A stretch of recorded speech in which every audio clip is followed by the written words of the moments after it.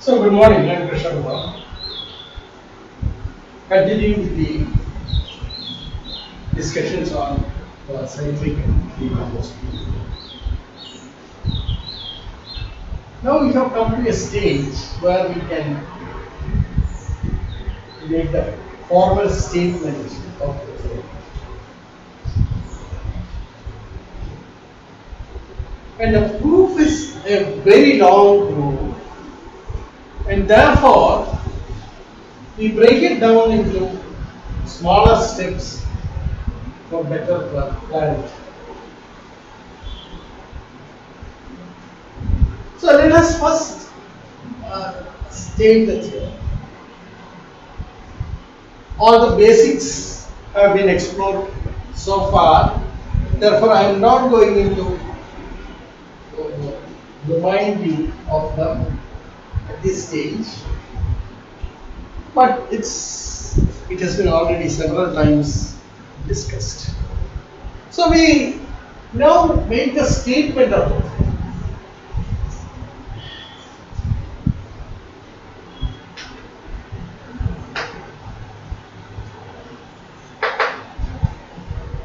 This is the cyclic decomposition.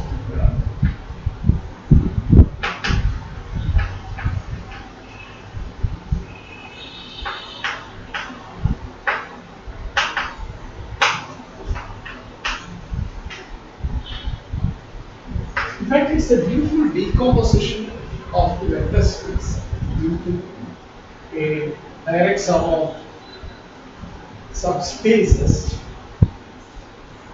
in terms of cyclic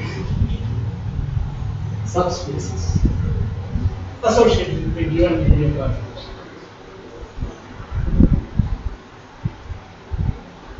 And last time I think I just gave the final picture. What is we recall them, but before that let us state the theorem. So let V be a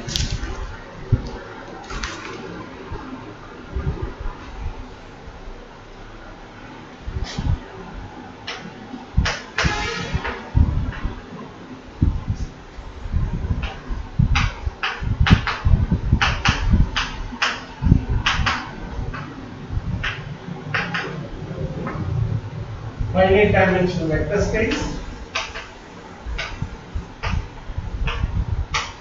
over a field.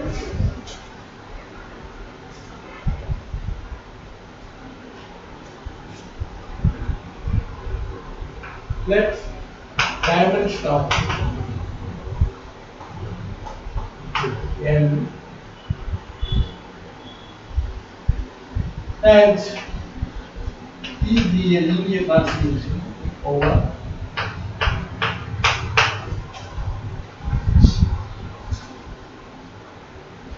let W naught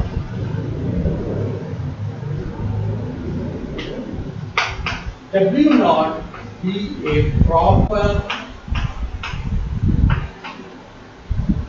irreducible subspace.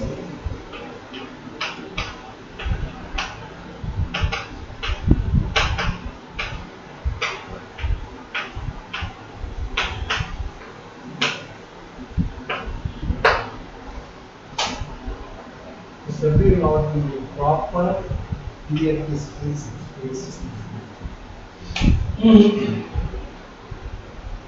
There exists vectors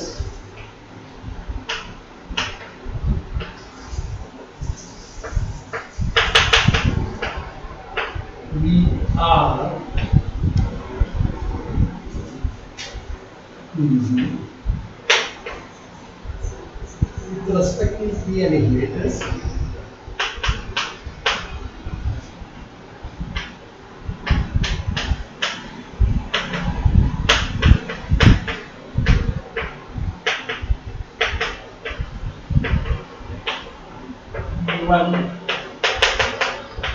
we are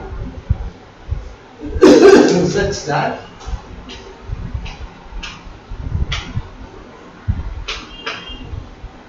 one V is equal to W naught direct sum the cyclic space generated by V1, namely Z.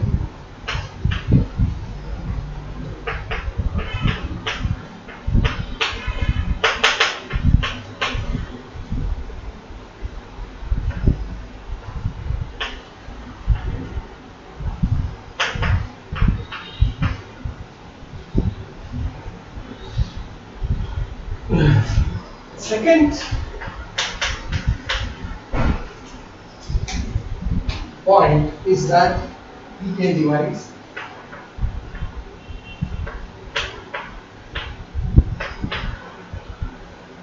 of K equal to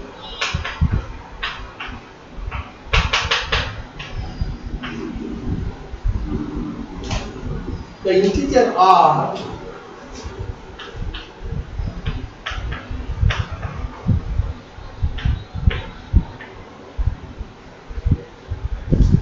and the annihilators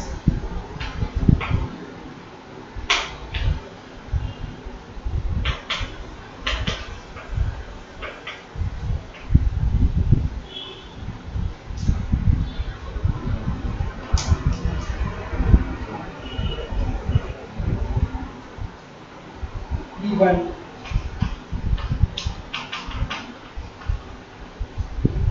are uniquely determined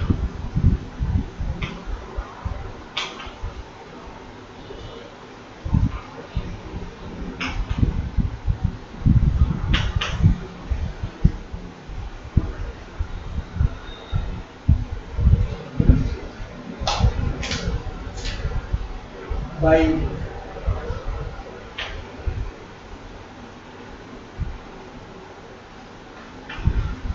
conditions 1 and 2.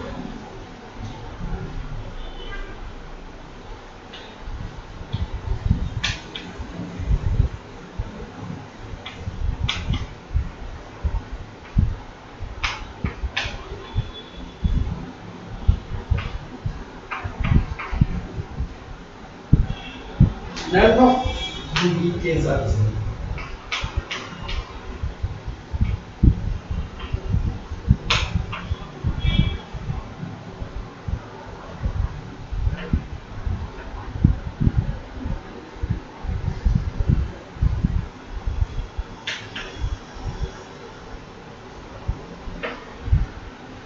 So this is the statement of object.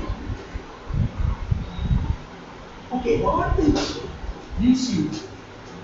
leads you to the following diagram? This is V. Now what we have is a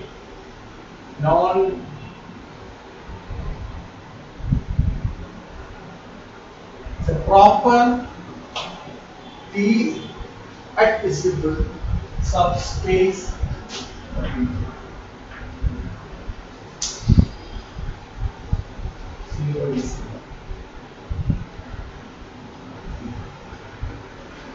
Okay. Then what do you have? We have a vector V1 and then you have the corresponding cyclic space Z.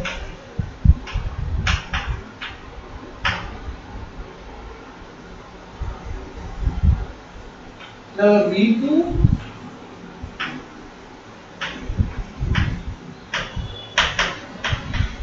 etc.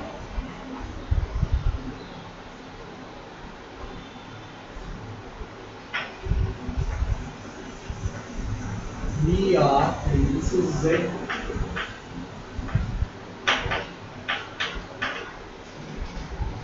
They all have only element common in the zero element, and in between, of course, there are a few more methods of this problem.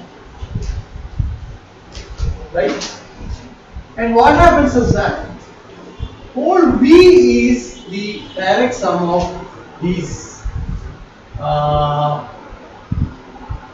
cyclic W naught plus these cyclics. This this is sort of scenario that comes up.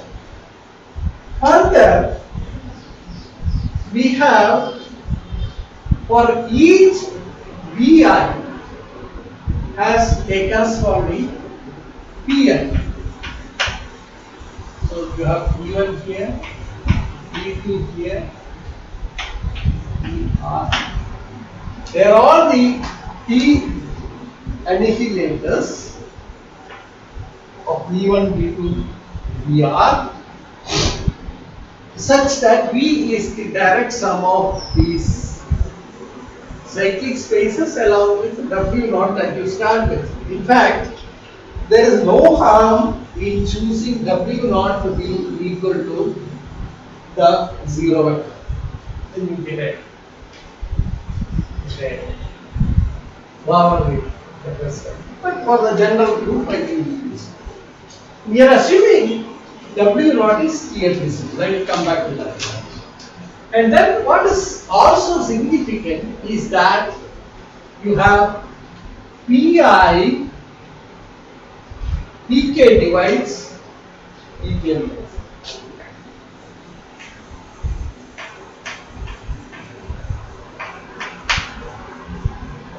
Then you see that Pk minus 1 divides Pk minus 2, so on and so on. So you get a T.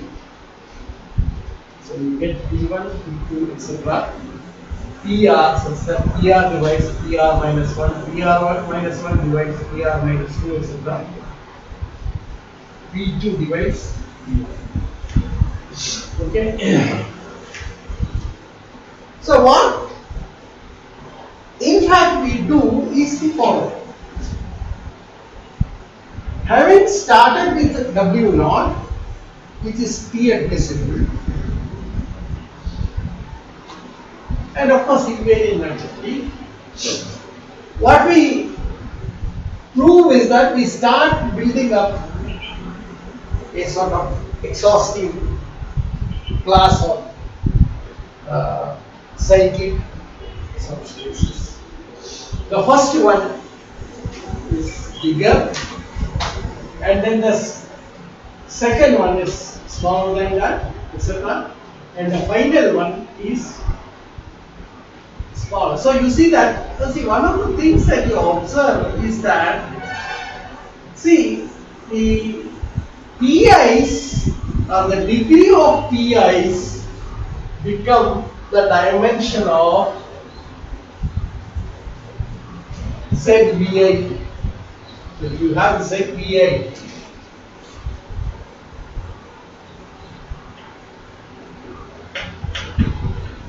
is spanned by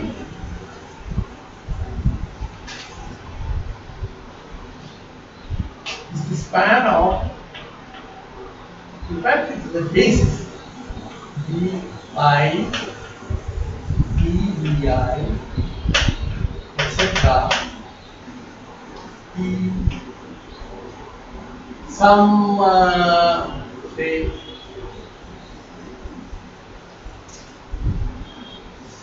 Ni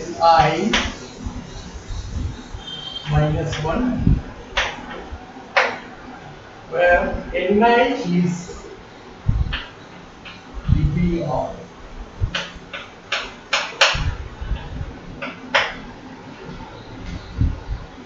so this is how we build the space. Okay.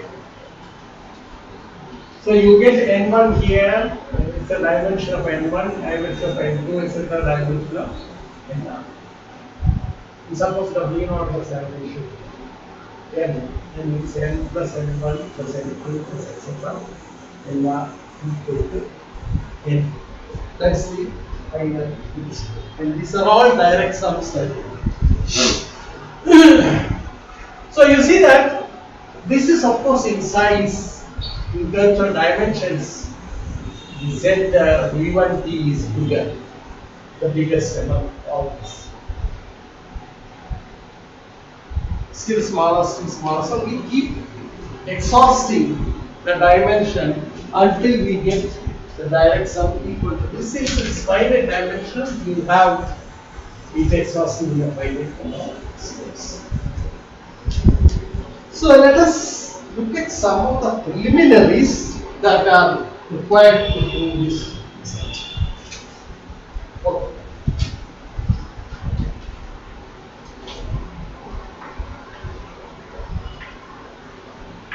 I said the proof is long.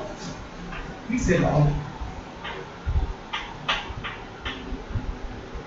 Therefore, what we do is we break it up into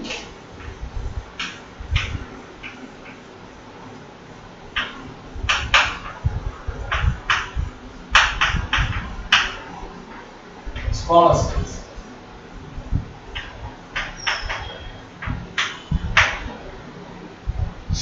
We break it up into smaller steps.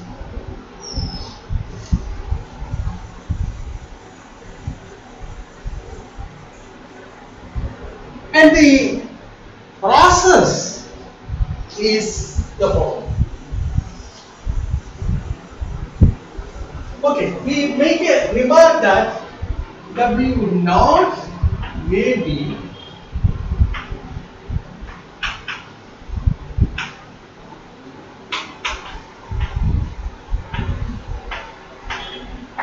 zero.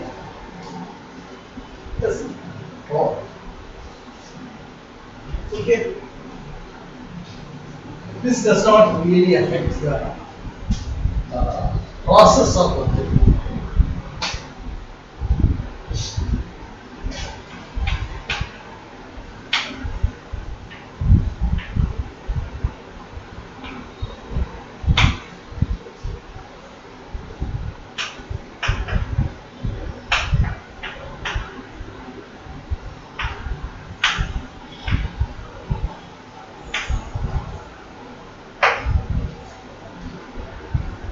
We can keep it as W naught. We assume W naught is equal to zero.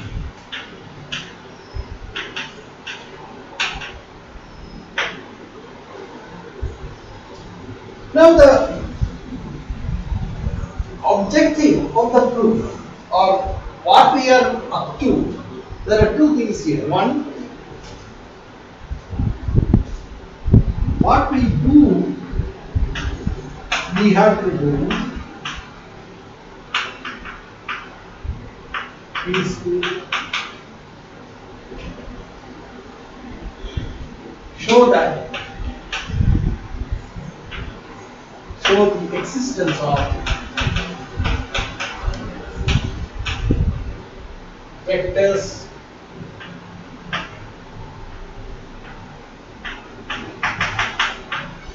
VR such that one proves.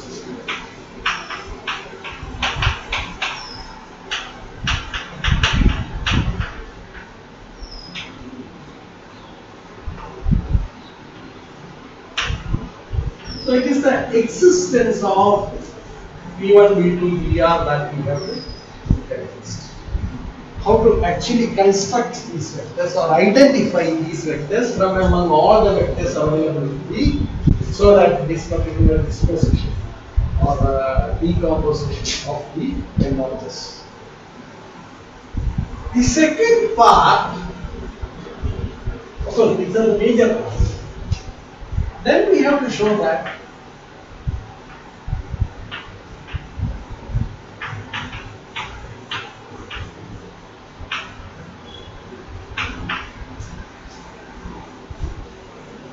the integer r, the integer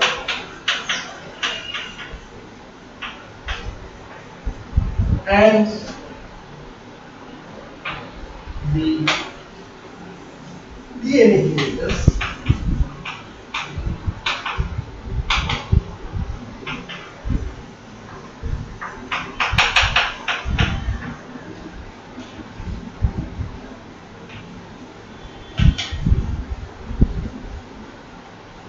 uniquely.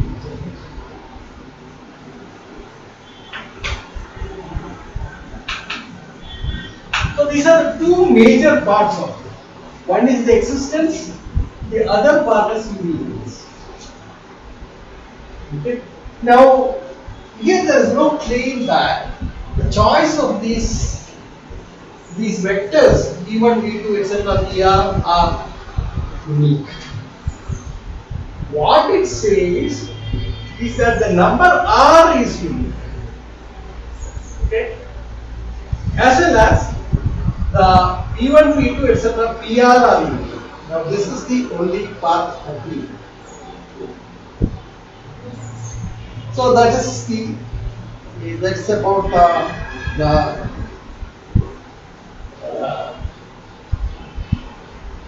major steps of it. Okay, we break it down further. Now the art of actually finding out this V1, V2, Vr is something that takes some time. Okay. Now, as you can guess, that the process will be something like reduction. What do we mean by that? We start with the W and then find out V1 in some way, and then get this space, and then you get what you call W1, which is the direct sum of W0 and ZV1. So that is what W1. And then you have to show that the same conditions remain, namely that W1 is also irreducible, and therefore you can go to the construction of ZV2 and so on. So stage by stage you fill the gap, and it will get filled eventually because the dimension of the space is finite, and each time you extend it at least by one dimension. Okay, so that at most you will have to do it n times. So a number of steps that you have to work with will be certainly less than. This is the point. Okay. In the worst scenario, you are going to have n steps with the choice of W not equal to 0. Okay, so that's the process that you have to do. So you see that what you have to show is that having constructed Wk minus 1, you can construct Wk. Wk minus 1 will be a D-admissible space, and Wk will be Wk minus 1 direct sum Z Vk. Okay, that's the process. So in this process we will be constructing V1, V2, etc. Vk in steps. Now if you just revisit the example that we have looked at earlier, in one of the situations we have worked out the example and looked at how we go about doing this. And in fact I have also said what is the relevance of the so-called the concept of T-admissible. This enables you to use the particular media. So let us work on that. So just briefly.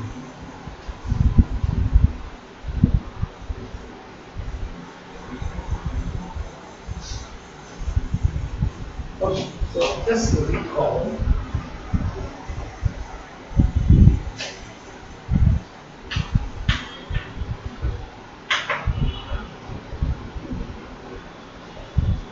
Suppose W is an invariant subspace of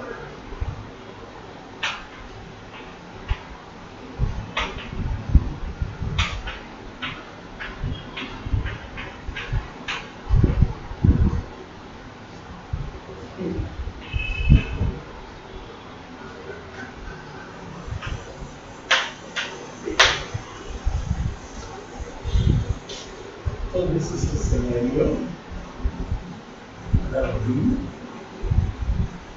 W is a T-invariant subspace. Now you start with the vector u outside. Okay.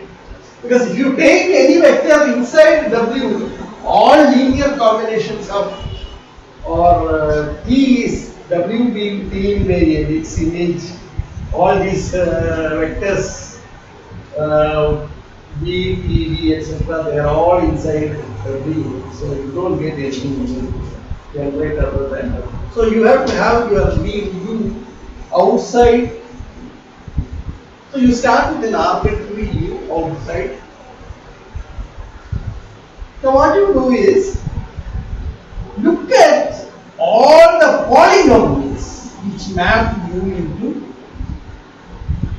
So it is going to be sum GT. The whole class of polynomials which map U into W. G is a general polynomial. Now you know that this collection of polynomials is an ideal of fx. And therefore, what is that you can say? You can say that there exists a unique monic polynomial which generates the particular ideal. And that unique monic polynomial which generates the ideal is what you call the T conductor of. So you have got this unique or the class of all polynomials which carry U into. So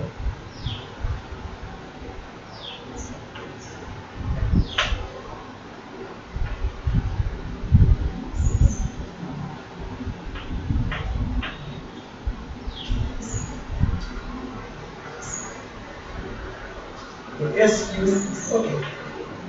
T is fixed down. So SUW is the set of all G belonging to the polynomial class such that GT U belongs to. And now this is an ideal, and you call the generator of this. Denote this by U and call this sum. Okay. So F is the unique monic polynomial with the property that it generates the entire class capital S.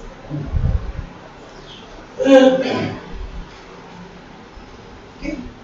Now we say that W is T admissible. The following say that W is T admissible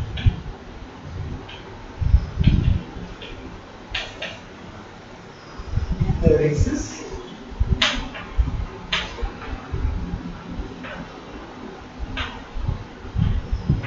such that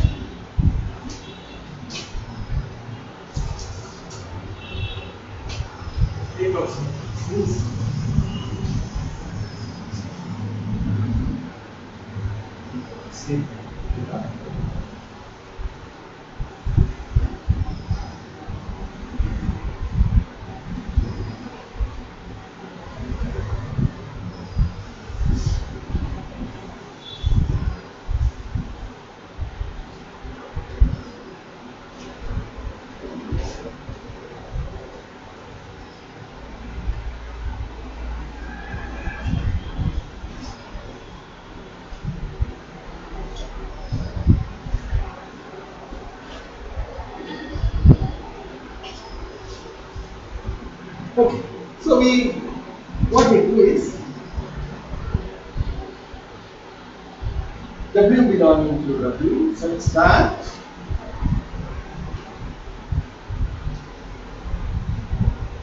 Ft U equals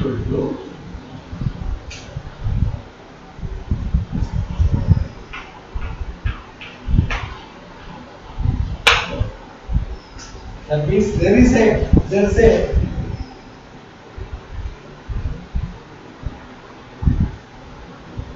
W here. This one. I think it possibly why it is so small.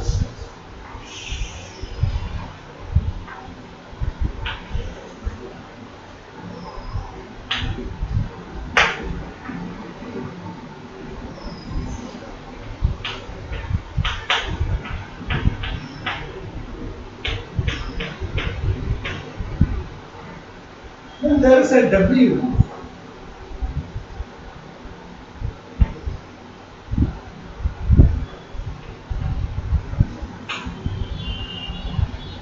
FT carries it the same.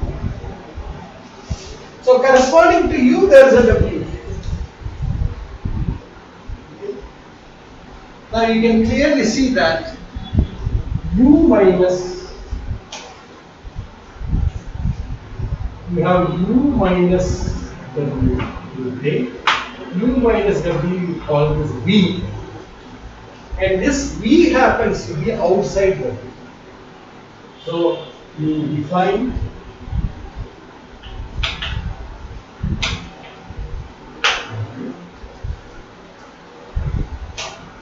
then you can say that you can show that actually Ft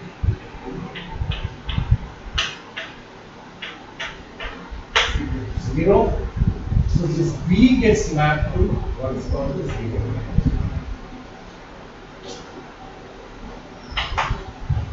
That's how we make the choice of V. Okay. And then of course we recursively make the choice of V1, V2, etc. So this is what you call T admissibility. The advantage of T admissibility is that you are able to choose a V, arrive at a V in capital V with the property that this is, and what one gets is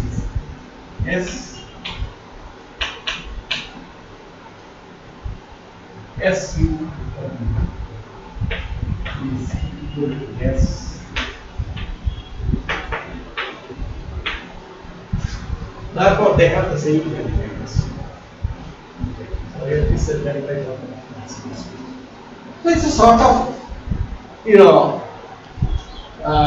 nice way of arriving at this particular V, because initially you can start with any arbitrary U outside W and then start working. Okay. Because initially itself to say that this gets mapped to 0 by F is always this part. When this is the process of the theorem at all.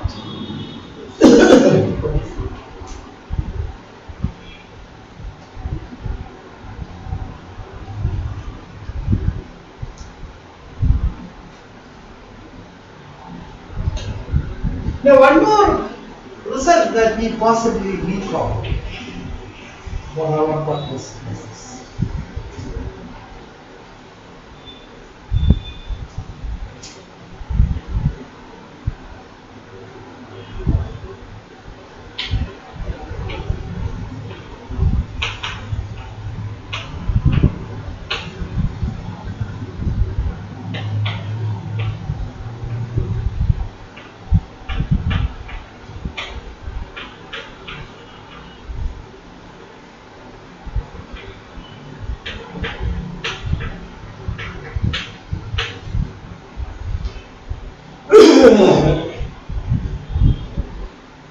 This is a class of all polynomials which annihilates V.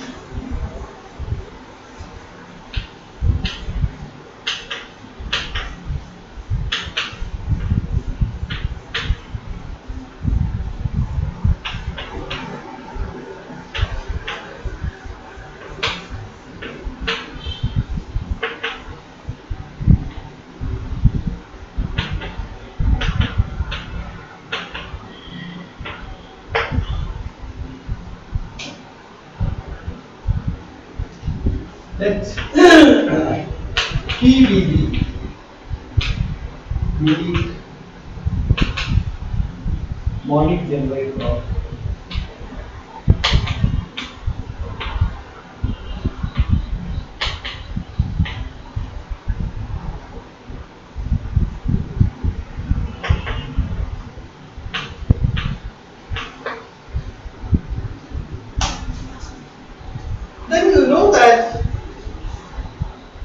So it's quite clear that yes,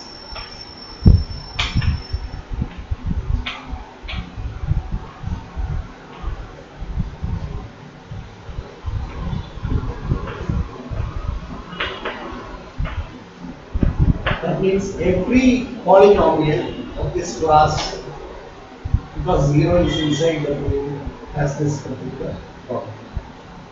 What does this mean? See, this is the generator. The generator of this is P. The generator of this is F. What is the relation between this? Now you see that P is an element of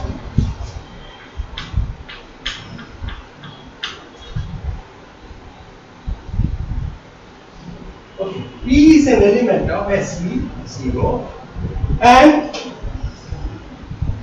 F is the generator of SVW. Okay.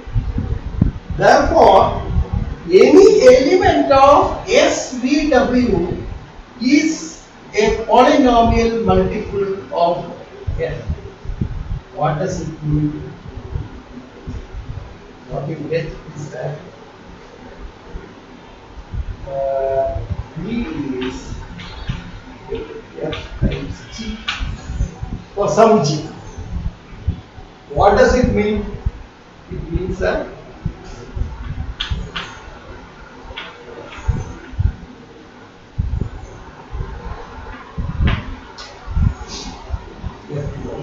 now this is the sort of result that we shall leave in the process of development.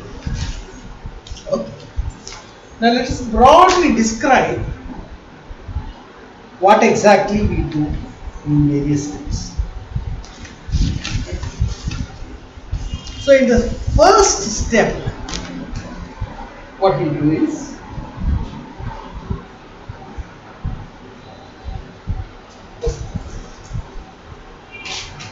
in the first step, this is what we do. This part.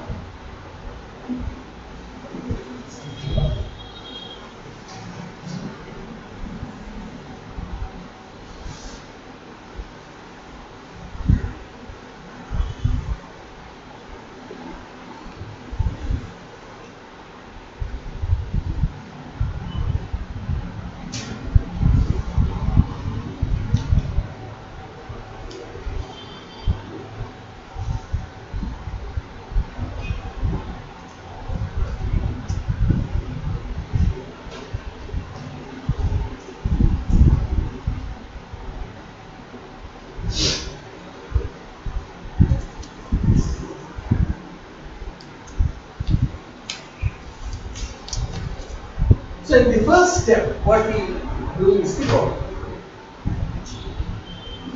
In the first step,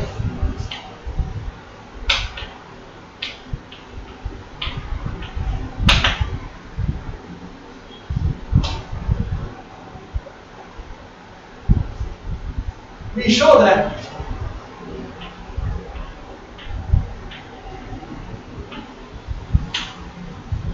this is a crude breakup of the space that we obtained. One there exists.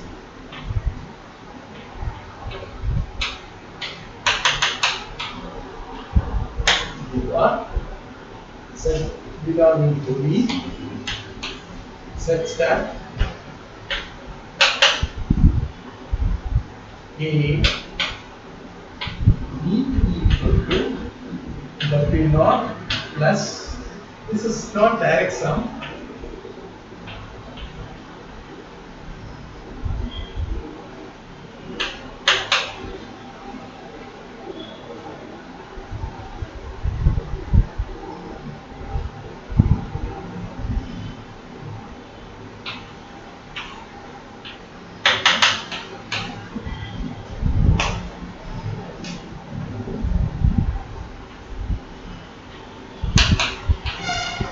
that means B is written as the sum of W naught and the cyclic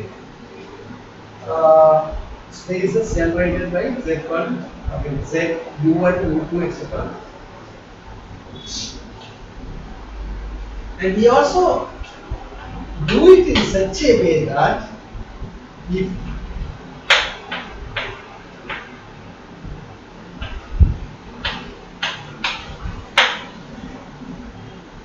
and Wk is defined as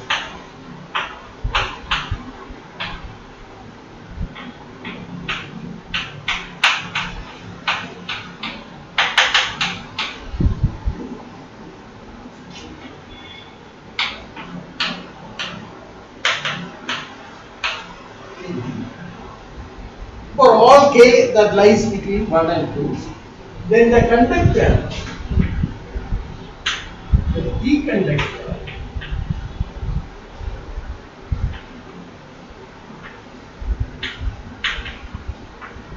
pk is given by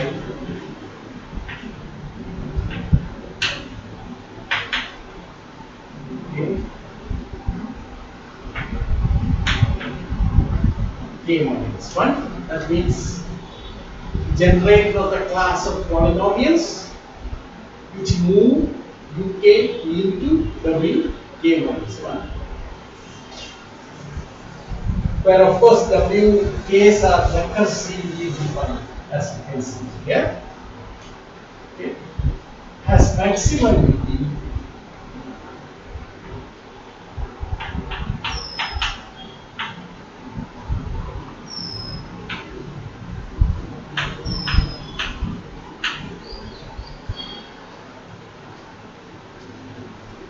among all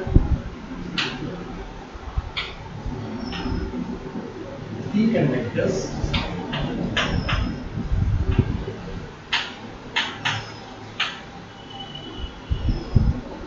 into the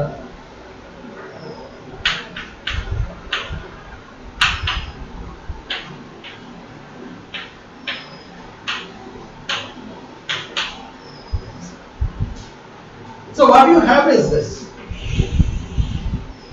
You have V.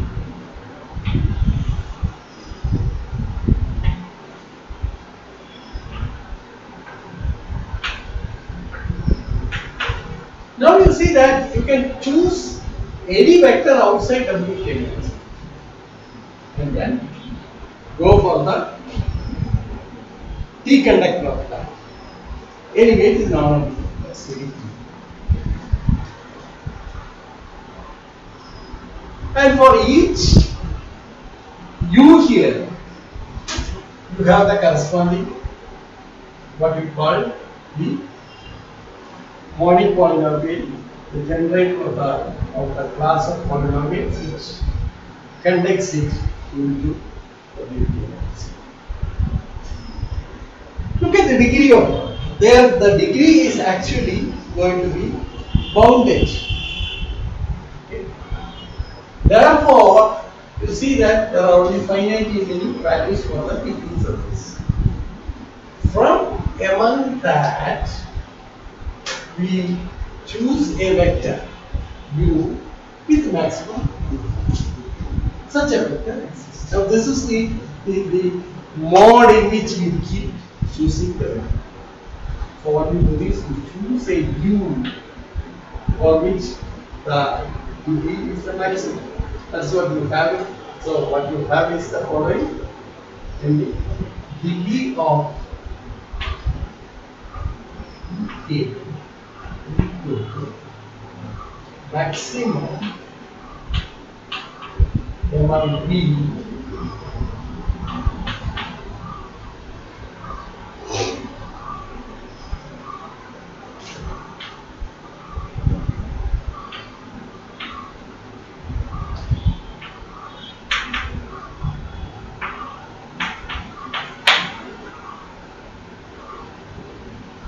So you choose, see, you can check with every such u.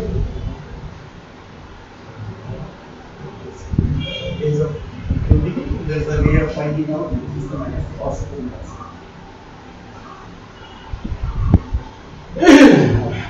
Now, degree of pk,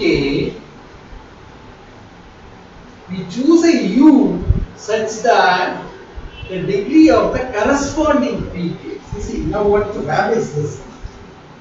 You have pk, instead of write pk, I will write pkv to be the degree of, okay, the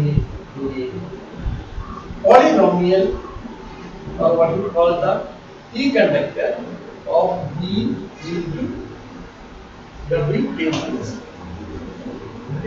Now you take the degree of this and maximize it, and over V belonging to V.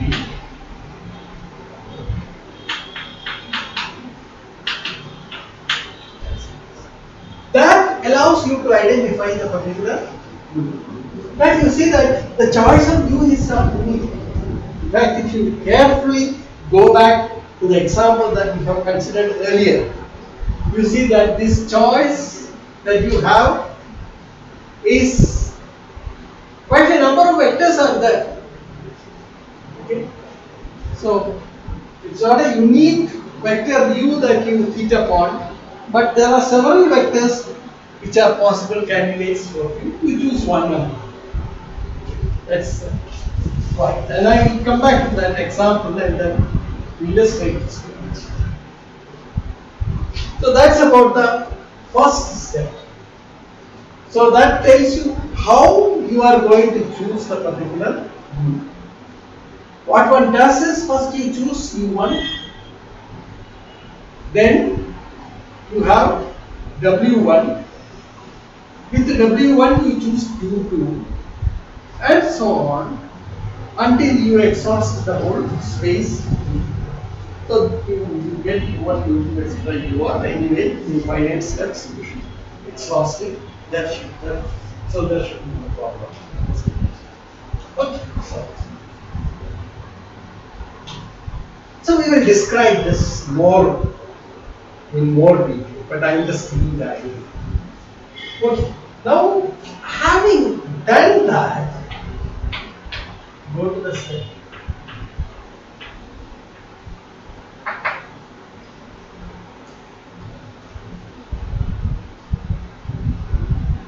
So we suppose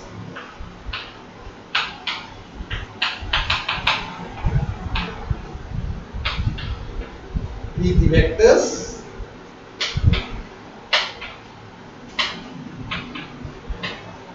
chosen satisfying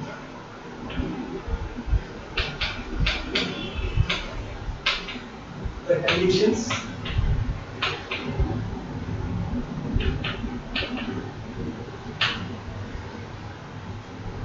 A and B also.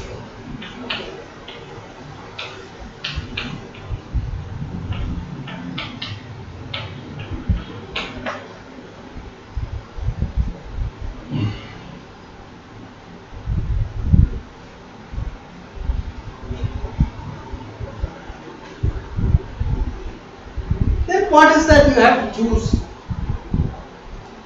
You see, to go to the next level. Okay. So here you are using only the fact that these are all invariant subspaces. That's not. Okay. Now what we do, or what is our next step? Our next step is essentially to arrive at V1, V2, etc. VR, because V1, V2, etc. UR is not enough. So we have to get hold of V1, V2, etc. VR. Now you see that from our discussion that we had, you see that the T invariance, or what we call T admissibility of W is significant, or all these Wk minus 1 or Wk's are significant in our argument. Okay, so our task will be to show that Wk's are be like this.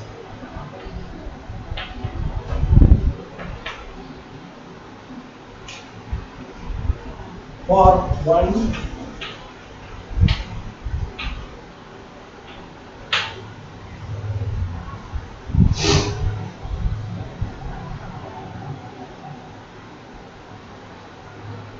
for all k line utilities.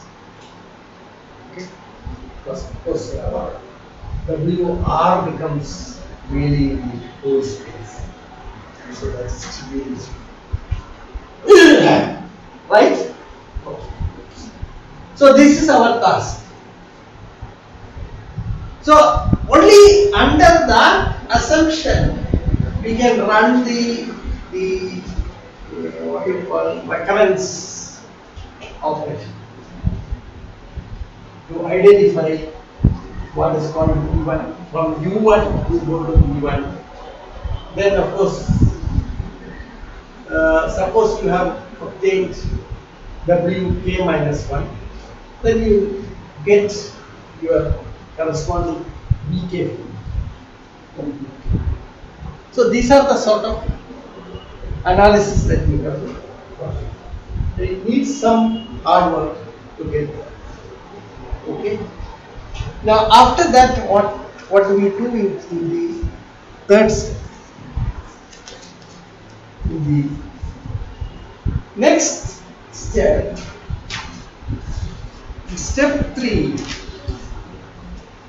what we do is we go through this process.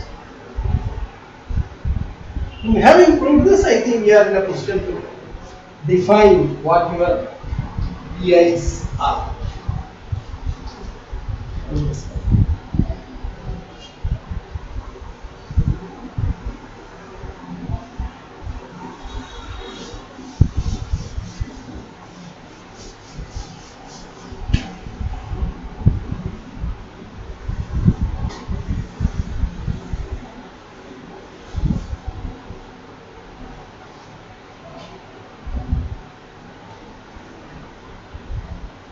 So in step 3, what one does is this.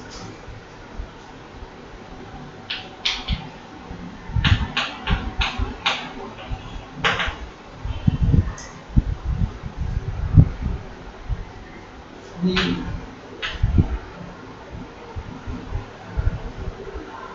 show that there exists vectors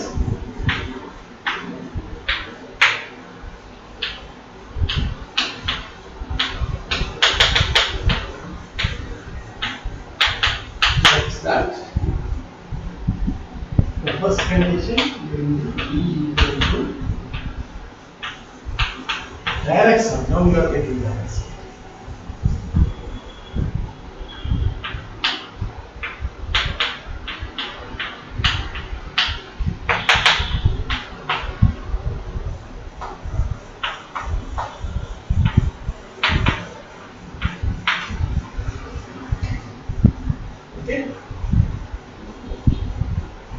And the second point that we want to do is this: with 1 R and Wk is now defined as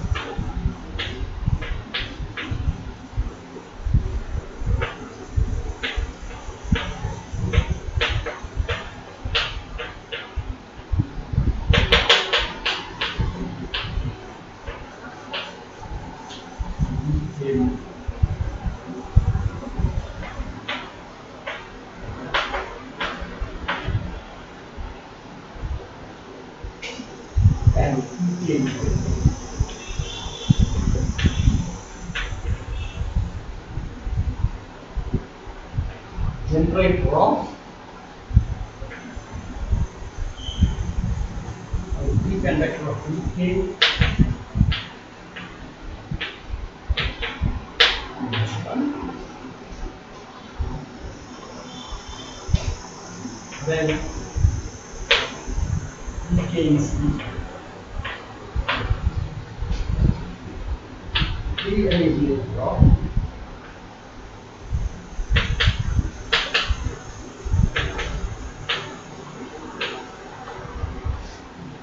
Now this is important. Ek you choose like this and it becomes a free and immediate drop.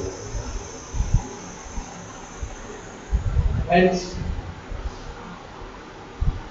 in the process, you also prove that Ek divides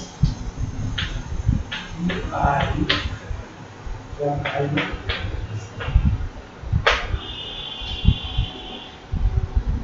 So these are the things that we try to prove in step 3. So we have more or less reached there, except for the uniqueness statement we have made. So the existence part is complete in step 4.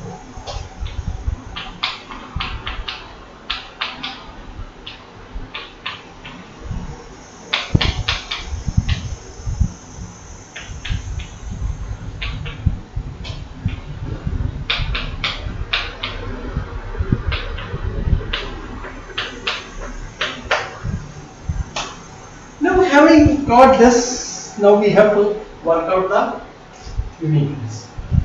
So in step 4 we complete the task.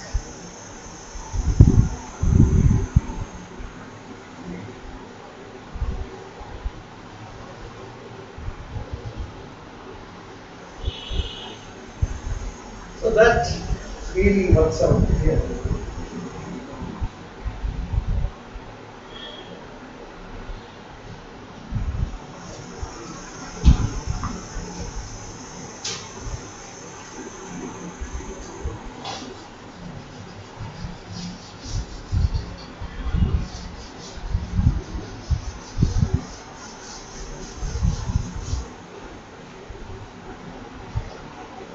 So in step 4,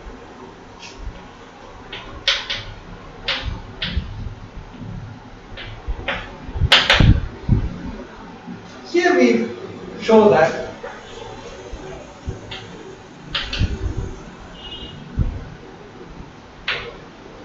uniqueness of R and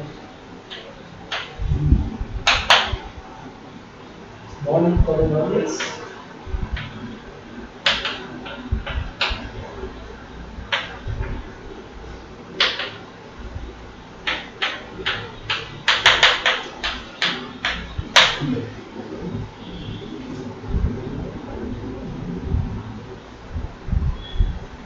this is the part 4 of the, so we prove the uniqueness of R and the choice of the many polynomials, and this completes the solution.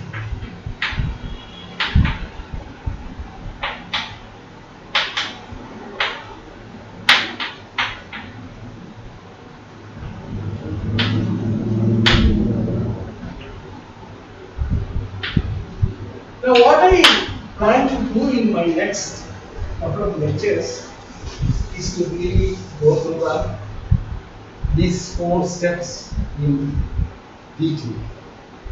Okay, so this gives the strategy for proving the theorem. And of course, the method is induction, because one after another you keep on adding these cyclic subspaces until the whole thing adds up to. Okay.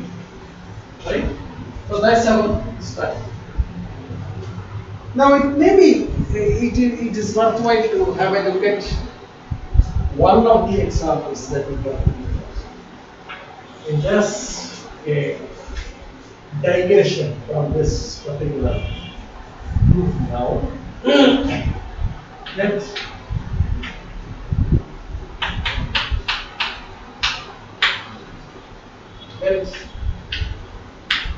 T with respect to the basis.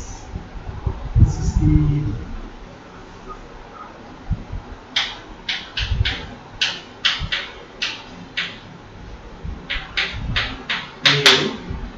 A given by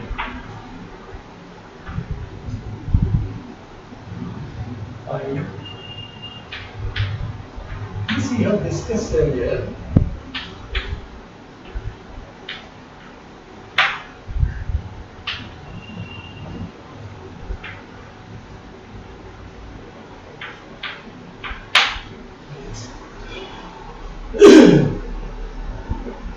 Now we have seen that the characteristic quantity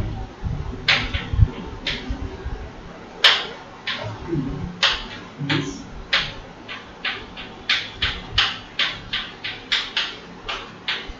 square linear polynomial.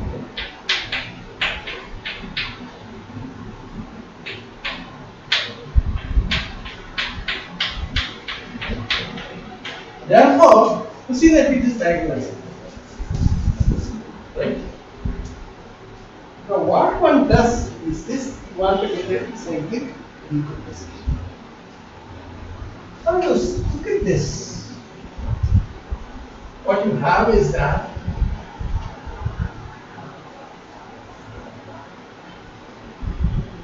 you observe the following. There exists no make the observations that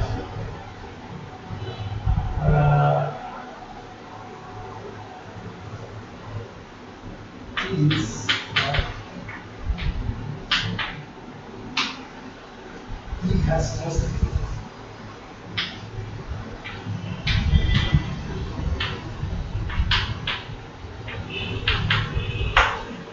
That means there exists no vector in R3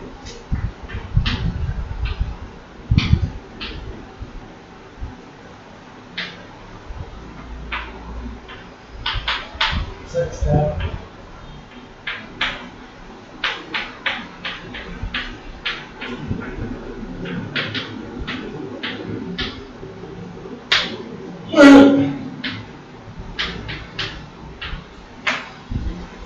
that's the statement. Now you look at the vector E1. So you take the vector V1, it will be equal to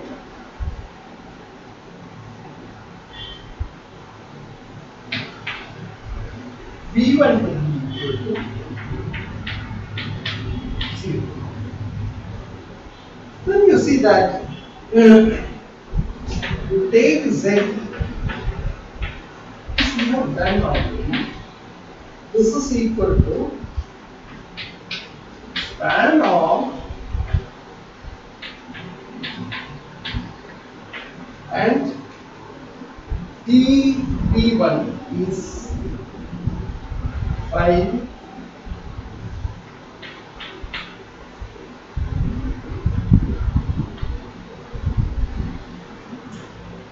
this corresponds to V1. This is T. Okay. They are linearly,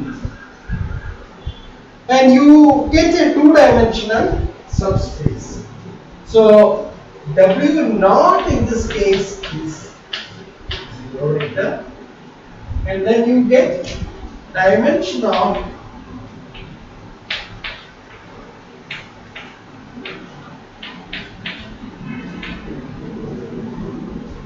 equal to T. So you have covered two dimensions. Now what you need one more vector or one more vector to the basis to cover the whole thing. So what you do is you choose the eigenvector, any eigenvector,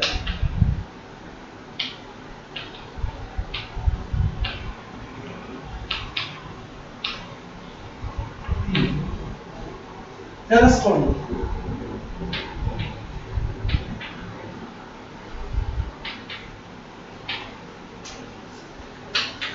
eigenvalue 2 will solve the purpose.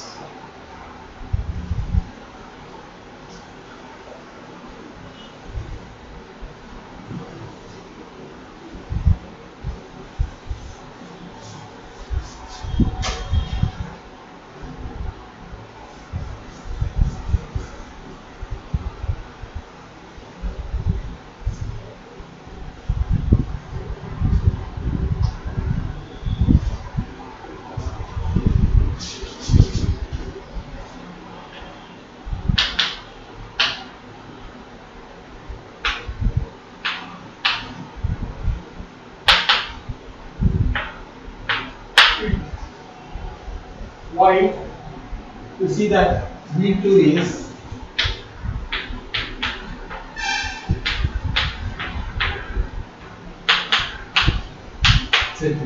that you can easily check that. Where V2 is any eigenvector belonging. There are two eigenvectors because you see that this is after diagonalizing.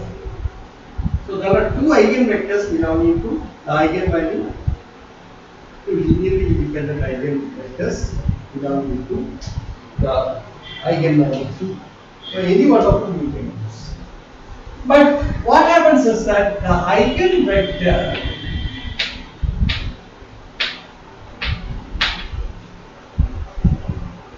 belonging to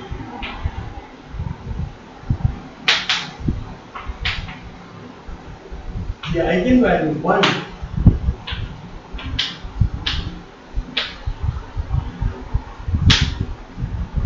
belongs to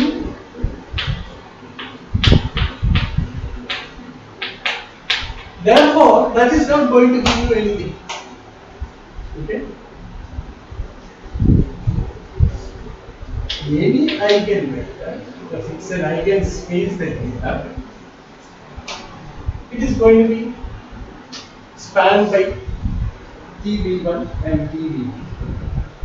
Therefore, this is not going to serve. On the other hand, V2 can be chosen as any eigenvector. Okay. Now, this is the sum and substance of the analysis that we have made. So, what you get will be R3 becomes set what you call V1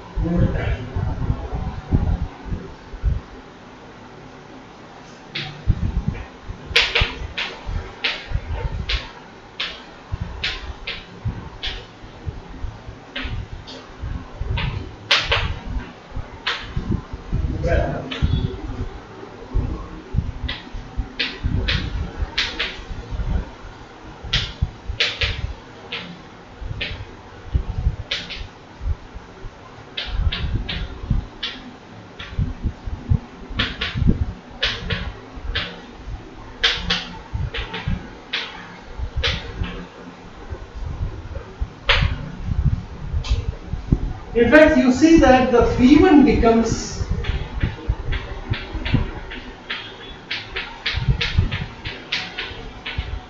and V2 becomes this one. So that's an analysis of this particular space. Now, so we have to work out the details of the proof of the 4 different steps. I think I'll stop here today and come back with the details of the steps 1, 2, 3 and 4 in the next couple of lectures. Thank you very much.